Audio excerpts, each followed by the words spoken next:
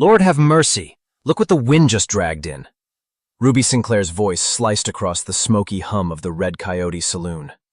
She leaned back in her chair, boots crossed on the table, her black feathered fan flicking lazily at the dusty air. Every head turned toward the doorway. There stood a stranger, Cole Travers. Before we start, subscribe now so you don't miss more incredible stories like this one.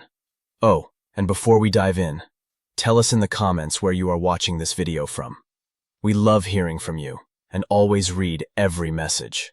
His hat was sun-faded, brim bent from too many storms. His duster was patched at the elbow. His boots cracked near the toes.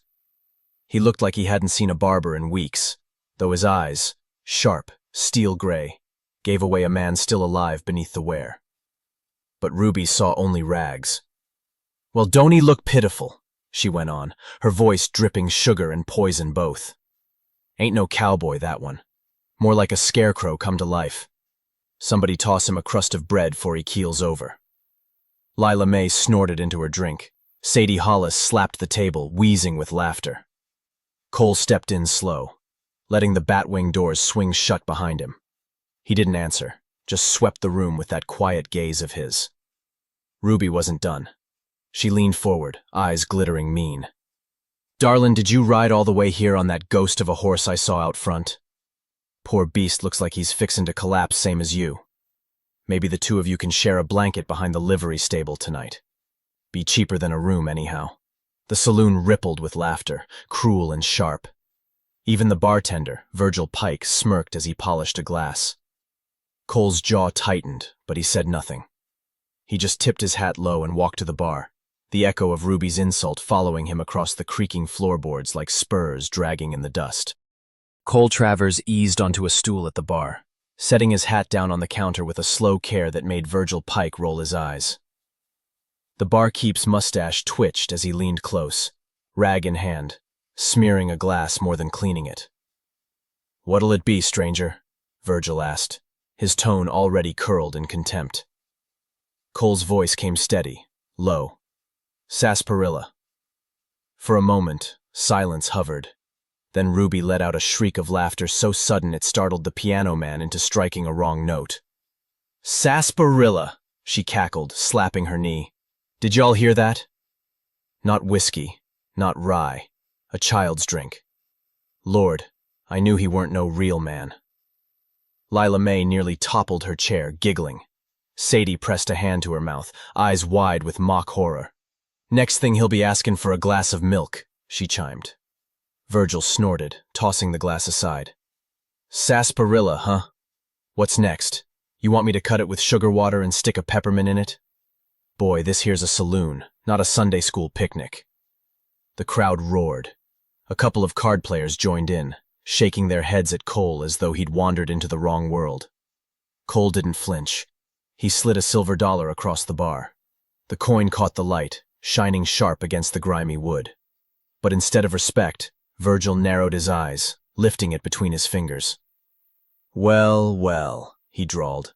"Looks shiny enough. Almost too shiny. Where'd you swipe this from, Drifter? Out of some poor fella's saddlebag?" The room fell into cruel chuckles again, all eyes on Cole, waiting to see if the ragged stranger would crack under their scorn. Ruby Sinclair leaned back in her chair, swirling her gin like a queen surveying a beggar. Her voice cut through the noise again. "Say, stranger," she purred, loud enough for everyone to hear. "Them boots of yours look like they've been chewed on by coyotes. You ride 'em till the leather begged for mercy." Lila May snorted, pointing openly. "Look at the toes on 'em. Lord Almighty, I've seen sturdier shoes on scarecrows." Sadie Hollis leaned close to Ruby, whispering loud enough to carry. "Maybe he's hoping to charm a lady with them holes in his soles. Might sweep her clean off her feet, straight into the dust." The room erupted. Even the piano man let out a chuckle before catching himself. Cole sat still at the bar, eyes fixed on the untouched glass of sarsaparilla Virgil had finally shoved toward him. He didn't answer, didn't rise. Ruby wasn't satisfied. She leaned forward, resting her elbows on the table, her smile wicked. "Tell me, cowboy, that nag you rode in on, the buckskin out front, looked half dead. What's his name? Kindling? Sadie barked a laugh. I swear that horse had ribs showing clear as fence posts. Man ought to be arrested for cruelty, riding a beast in worse shape than his hat. Lila May tilted her head, batting her lashes. Maybe the nag's his sweetheart. Explains why he don't talk to women. The saloon howled. Glasses slammed, chairs rocked, laughter spilled like cheap whiskey across the room. Cole took a sip of the sarsaparilla. Calm, silent. His gray eyes lifted just once, sweeping over Ruby, Lila May, Sadie, and Virgil. Not angry, but heavy, steady. The look of a man who'd seen storms far worse than words. Then, he lowered his gaze again, as if their insults were nothing but wind whistling across the plains. Ruby Sinclair twirled a strand of her raven hair, eyes glittering as she leaned toward the bar. So, tell us, stranger, you got a name? Or should we just call you Dusty Rags? The crowd chuckled. Virgil Pike smirked over his rag. Cole took another quiet sip of his drink before answering, voice low and even. Name's Cole Travers.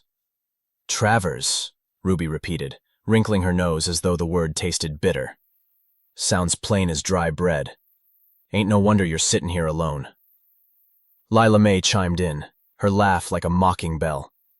Ain't no woman gonna swoon over Cole Travers. Needs something fancy like, oh, I don't know, Colonel Duke Winchester III. She fanned herself dramatically. Now that has a ring to it.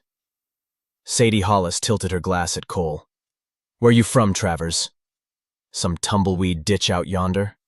Don't look like no rancher. Don't look like no gunslinger.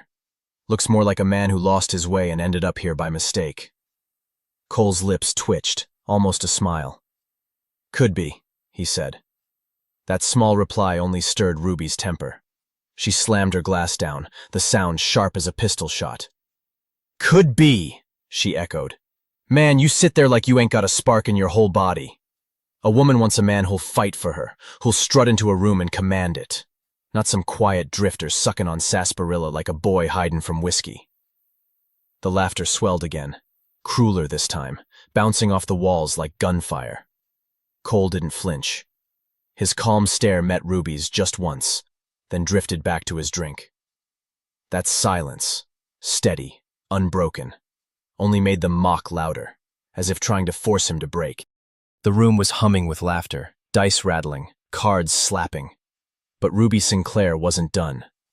She wasn't satisfied until the stranger was stripped of every ounce of dignity she could tear from him. She rose from her chair, skirts brushing the sawdust floor, and sauntered toward the bar with all the sway of a woman who knew men watched her walk. She stopped, just a breath away from Cole Travers, close enough to smell the dust on his coat. Well, Mr. Travers, she said, her voice silk over steel. I been thinking. You rode into this town. Sit yourself down. Order up a boy's drink. Maybe you fancy yourself courting a lady? Her words dripped with mock sweetness, but her eyes flashed mean. The saloon leaned in, ready. Cole set his glass down slow. He said nothing, just looked at her with that quiet, steady calm. Ruby's lips curled into a sneer. Let me save you the trouble. I wouldn't give you the time of day, Travers. Not for a dance, not for a drink, not for $1. And I sure as hell wouldn't marry you if you owned this whole damn town. Gasps. Then laughter roared, booming like thunder through the rafters. Lila May nearly fell off her chair. Sadie pounded the table until her drink spilled. Virgil leaned against the bar, smirking wide, enjoying the cruelty as much as anyone.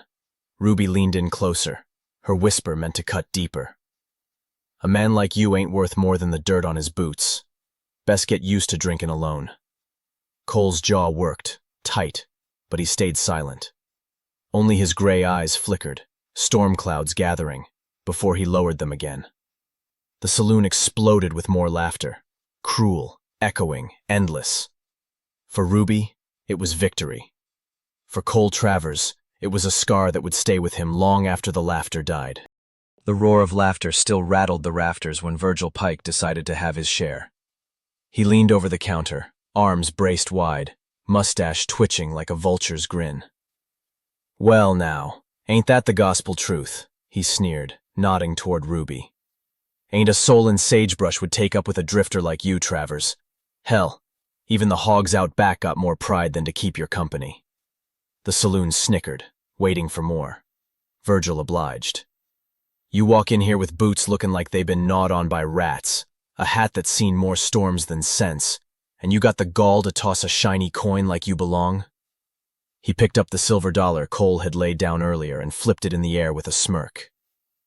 Bet this ain't even yours. Bet you found it in some outhouse muck and thought you'd come play gentleman.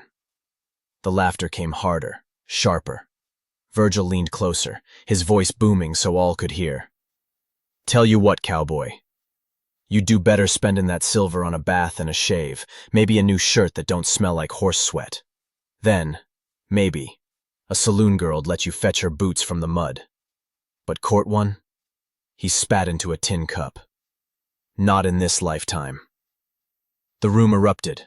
Ruby clapped her hands, Lila Mae wheezed from laughing, and Sadie actually slid from her chair, gasping between cackles. Cole didn't rise, didn't speak. His hand hovered just long enough over the silver dollar before leaving it there on the bar.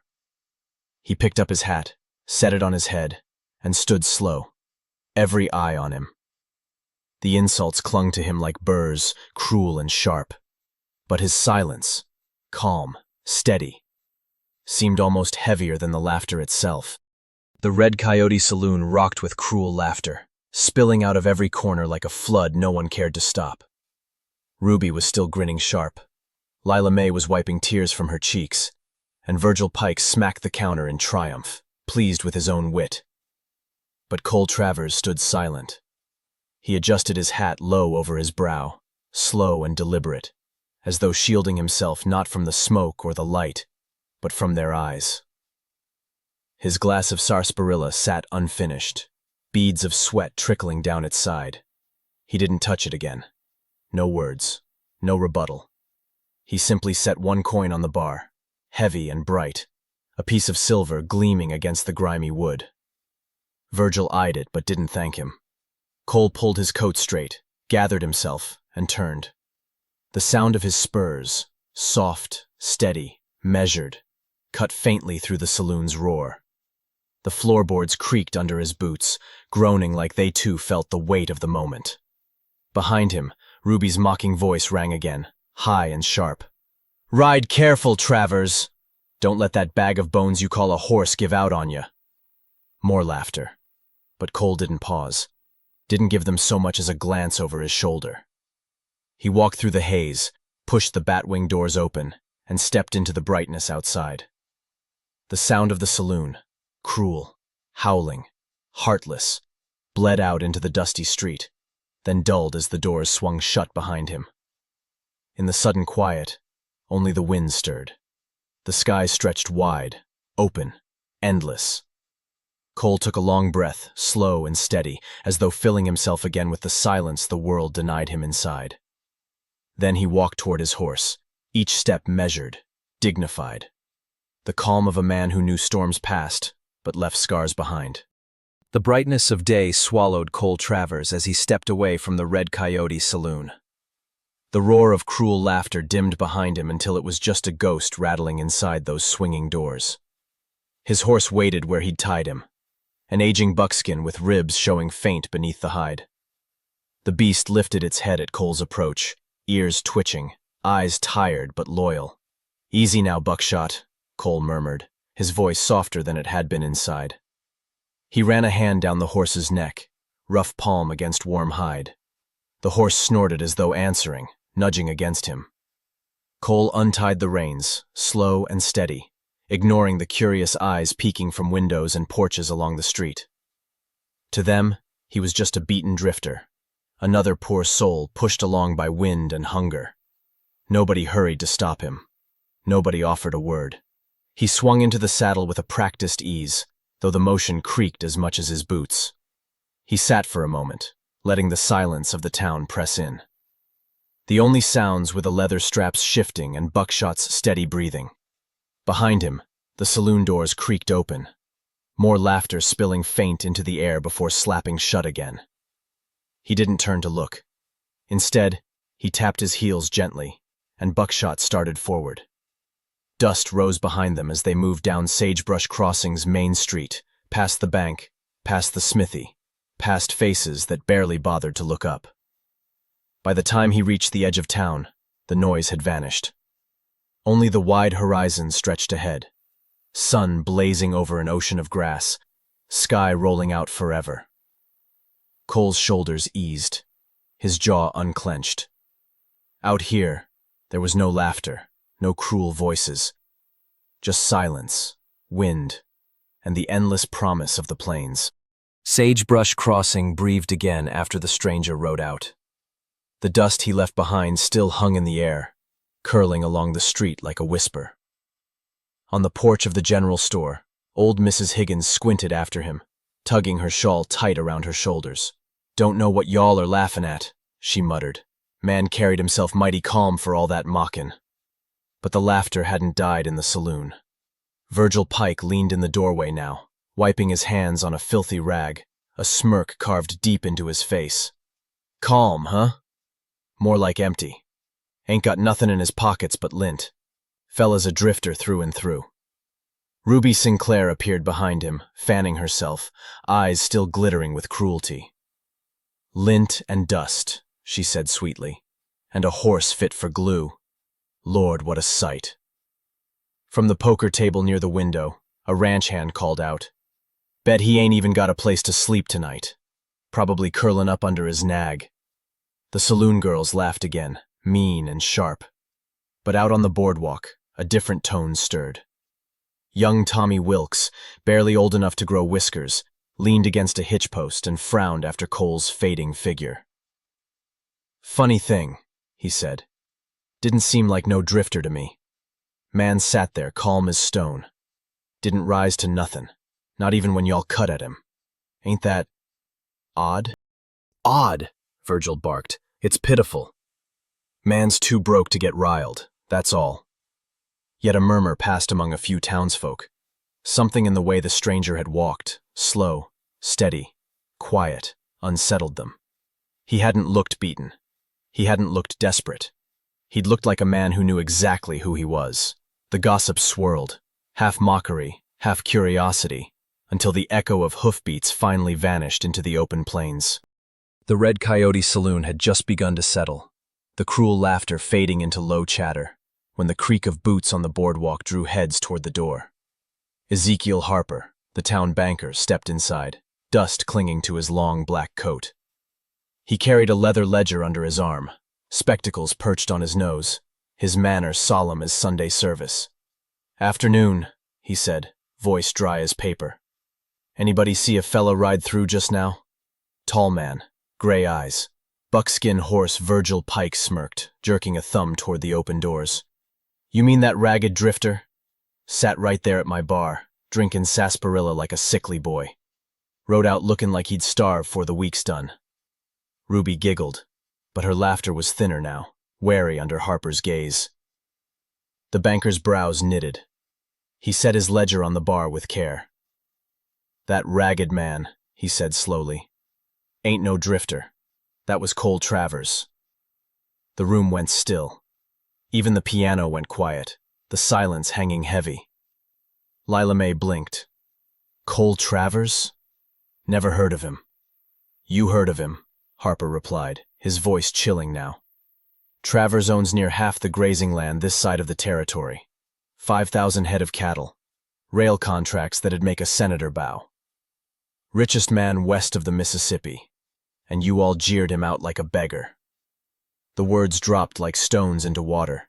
Faces paled. Ruby Sinclair's smile faltered, the feather fan slipping from her fingers. Her chest tightened as Harper's gaze fixed on her. "And Miss Sinclair," Harper added, each word deliberate. "Perhaps you ought to have held your tongue most of all. Your late father's ranch fell into debt 2 winters ago, didn't it? Who you reckon bought up the note, paid off the bank, and let your family keep their land till his dying day?" Ruby's face drained of color. Her lips parted, but no sound came. "Cole Travers," Harper said, the name ringing like a judge's gavel. The saloon erupted in murmurs, half in awe, half in shame, but Ruby stood frozen, Every cruel word she'd spat now coiled tight around her throat. She had mocked the very man who once saved her father's land. And worse, the man she had just scorned as worthless might have been her only chance at redemption. The Red Coyote Saloon, so loud a moment ago, was now heavy with silence. Ezekiel Harper's words hung in the smoke-filled air like the toll of a church bell. Ruby Sinclair staggered back a step, her fan clattering to the floor. "No," she whispered, voice trembling. That ragged man? He's Travers?" "Yes, Miss Sinclair," Harper said evenly, eyes unblinking. "The very one your father owed his land to. Without him, your family would have been turned out years before your daddy passed." Every gaze in the room turned on her. Lila May's mouth hung open. Sadie's smirk twisted into pity. Even Virgil Pike, so smug a breath before, rubbed his rag nervously, looking anywhere but at Ruby. The laughter was gone. In its place was the cold sting of shame. Ruby's cheeks burned, but it wasn't anger. It was something deeper, sharper. Her words replayed in her head like echoes off canyon walls. "I wouldn't marry you if you owned this whole damn town." She had spat that venom at a man who could have bought the town twice over. Worse still, she'd mocked the man who had once shown her family mercy. She collapsed into a chair, burying her face in her hands. The silence around her was not kind. The saloon watched, judgment heavy in every stare. For the first time in years, Ruby Sinclair, the cruel beauty of Sagebrush Crossing, wasn't laughing. That night, when the saloon emptied and the lamps burned low, Ruby stepped into the cool darkness of the street. Her pride lay in shambles, her heart a storm. She wandered toward the livery, where a single lantern glowed. And there he was, Cole Travers. Saddlebags packed, his horse tied, ready to ride on. His face unreadable under the brim of his hat. Ruby stopped short, the weight of her shame near choking her. "Mr. Travers," her voice cracked. I spoke wicked today. I wronged you something fierce. If my daddy were alive, he'd skin me for the words I said." Her hands trembled, fists at her sides. "I'm sorry." Cole studied her quietly, gray eyes steady as stone. For a long moment he said nothing. Then he tipped his hat, just a little, and murmured, "Evenin', Miss Sinclair." He mounted Buckshot and rode out into the night. Ruby stood rooted, watching him vanish into the dark, a hollow ache inside her. But what she couldn't see was the faint, hidden smile beneath his mustache, nor the thought stirring in his chest. Maybe there's more to that girl than pride and poison. The seeds of a secret admiration had been sown. The night was cool, stars spread wide across the black sky, lanterns guttering low in Sagebrush Crossing. Ruby Sinclair still stood outside the livery, her pride broken, her heart trembling. She thought Cole Travers had gone, but hoofbeats slowed in the shadows. The buckskin stopped, and Cole turned back. His silhouette, tall in the saddle, lingered like a ghost against the starlight. Ruby's breath caught as he dismounted. Dust rose around his boots as he walked toward her, each step steady, deliberate. "Miss Sinclair," he said quietly, voice deep as the prairie night. "There's something you ought to know." Ruby swallowed hard, ashamed, bracing for scorn. But his words were nothing like what she expected. "I've loved you near half my life." She blinked, staggered, her lips parting. Cole's gaze held hers, gray eyes soft now, stripped of the armor of silence. "First time I rode through Sagebrush, years back, I saw you sittin' on your daddy's porch. You laughed so bright the sun seemed dim beside it. I swore then that if I ever took a wife, it'd be you. But I wasn't fool enough to come struttin' with wealth at my back. I wanted to see if Ruby Sinclair could love a man for himself, not for what he owned." His voice wavered, just slightly, but his words cut true. "So I came humble, came plain. And you—" He paused, pain flickering across his face. "You cut me down clean." Tears welled in Ruby's eyes, her knees near buckling. "Cole, Lord, I didn't know. I was cruel, foolish, blind as a bat. Her voice cracked. If I could take it back. But Cole lifted a hand gently. You can't. Words once loosed can't be fetched, but hearts can change. That much I believe. For the first time, Ruby's laughter, cruel for so long, gave way to sobs. I don't deserve it. Don't deserve you. Cole stepped closer, his hand brushing hers, rough and warm. Ain't about what you deserve, Ruby. It's about what's true. And the truth is, I never stopped loving you. Not when I rode in ragged. Not when the saloon mocked. Not even when your words cut deep. The street was silent but for her soft weeping and the steady beat of Buckshot's hoof pawing at the dirt. Ruby raised her eyes, shining with tears. If you still want me, you'll have me different than I was. Not proud, not cruel.